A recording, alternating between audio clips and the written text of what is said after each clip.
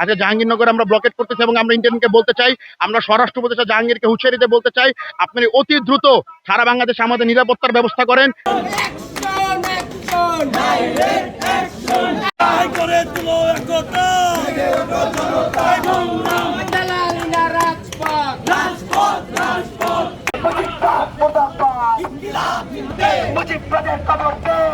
যে সমস্ত আওয়ামী সন্ত্রাসীরা রয়েছে তারা কিন্তু এই গোপালগঞ্জে পুনর্বাসিত হচ্ছে এবং গোপালগঞ্জকে ক্যাবলা বানিয়ে কিন্তু আবার শেখ হাসিনা এই বাংলাদেশকে অস্থিতিশীল করার পায়তারা করছে। আজকে যারা 24-এর গণঅভ্যুত্থানের উপরে হামলা করেছে তাদেরকে অতি দ্রুত সত্বর গ্রেপ্তার করতে হবে এবং গোপালগঞ্জের প্রত্যেকটি ঘরে ঘরে যারা আওয়ামী সন্ত্রাসী যারা রয়েছে তাদেরকে কিন্তু অতি দ্রুত সত্বর গ্রেপ্তার করতে হবে। এবং আমরা প্রত্যেকটি রাজনৈতিক দলের কাছে আহ্বান জানাই, যারা জুলাইয়ের ঐক্যের শক্তি রয়েছেন তারা অতি দ্রুত সত্তর জুলাইয়ের যোদ্ধার পক্ষে দাঁড়ান।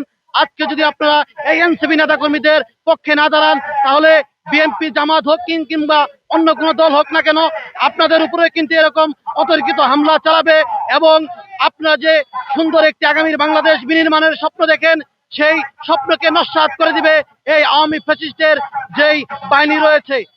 আপনারা দেখছেন আমাদের জুলাই যোদ্ধাদের উপর আজকে গোপালগঞ্জের আওয়ামী লীগ এবং ছাত্রলীগের সন্ত্রাসীরা দলবদ্ধভাবে হামলা করে তাদেরকে জিম্মি করে রাখছে। আমরা ইন্টারিমকে হুঁশিয়ারি দিয়ে বলে দিতে চাই, তারা যে বিচারহীনতার সংস্কৃতি তৈরি করেছে, যে বিচার করতেছে না আওয়ামী সন্ত্রাসীদেরকে এবং তাদের যে পুনর্বাসন করতেছে এবং তারা সবাইকে গোপালগঞ্জে আশ্রয় নিয়ে আমার জুলাই যোদ্ধাদের উপর হামলা করছে। আমরা সেটার প্রতিবাদে সারা বাংলাদেশে ব্লকেটের যে কর্মসূচি সেটার জায়গা থেকেই আজকে জাহাঙ্গীরনগর আমরা ব্লকেট করতেছি এবং আমরা ইন্টারনেটকে বলতে চাই, আমরা স্বরাষ্ট্র উপদেষ্টা জাহাঙ্গীরকে হুঁশিয়ারি দিয়ে বলতে চাই, আপনি অতি দ্রুত সারা বাংলাদেশে আমাদের নিরাপত্তার ব্যবস্থা করেন। আপনারা দেখেছেন জাতীয় নাগরিক পার্টি এনসিপির শান্তিপূর্ণ পদযাত্রায় আজকে গোপালগঞ্জে যে আওয়ামী সন্ত্রাসীরা আছে, যুবলীগ ছাত্রলীগের যে সন্ত্রাসীরা আছে সেই সন্ত্রাসীরা আমাদের জুলাইয়ের যোদ্ধাদের উপর হামলা করেছে। আমরা দেখেছি আমাদের জুলাইয়ের যোদ্ধারা সেখানে শান্তিপূর্ণ সমাবেশ শেষে যখন ফিরে আসতে চায় তখন গোপালগঞ্জের যে সন্ত্রাসীরা আছে, যে মুজিববাদী সন্ত্রাসীরা এখনো গোপালগঞ্জে রয়ে গেছে, তারা আমাদের জুলাইয়ের যোদ্ধাদের যে গাড়িবহর সেই গাড়িবহর আটকে সেখানে নির্বিচারে হামলা চালায়। আমরা দেখেছি তারা ককটেল বিস্ফোরণ ঘটায়, আমরা দেখেছি তারা আমাদের জুলাইয়ের যোদ্ধাদের উপর গুলিবর্ষণ করে।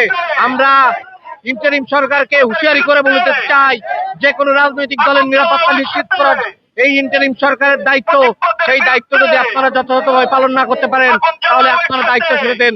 আমরা দেখেছি গোপালগঞ্জে পুলিশ, সেনাবাহিনী, র্যাব তারা নীরব ভূমিকা পালন করেছে। জুলাইয়ের যোদ্ধাদের নিরাপত্তা দেওয়ার ব্যাপারে তারা কোন ধরনের অগ্রগতি দেখায় নাই। আমরা স্পষ্ট করে বলে দিতে চাই, আমরা এখনো রাজপথ ছাড়ি নাই।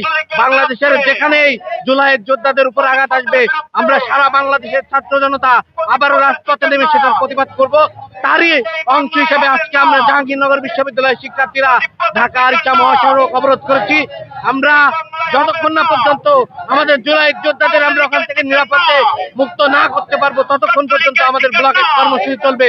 আমরা অন্তর্বর্তীকালীন সরকারকে বলতে চাই, দ্রুত সময়ের মধ্যে পুলিশ, র্যাব, সেনাবাহিনী পাঠিয়ে এবং রাষ্ট্রীয় যত বাহিনী আছে সবাইকে পাঠিয়ে জুলাইয়ের যোদ্ধাদের সেখান থেকে অবমুক্ত করতে হবে, তাদের নিরাপত্তা নিশ্চিত করতে হবে।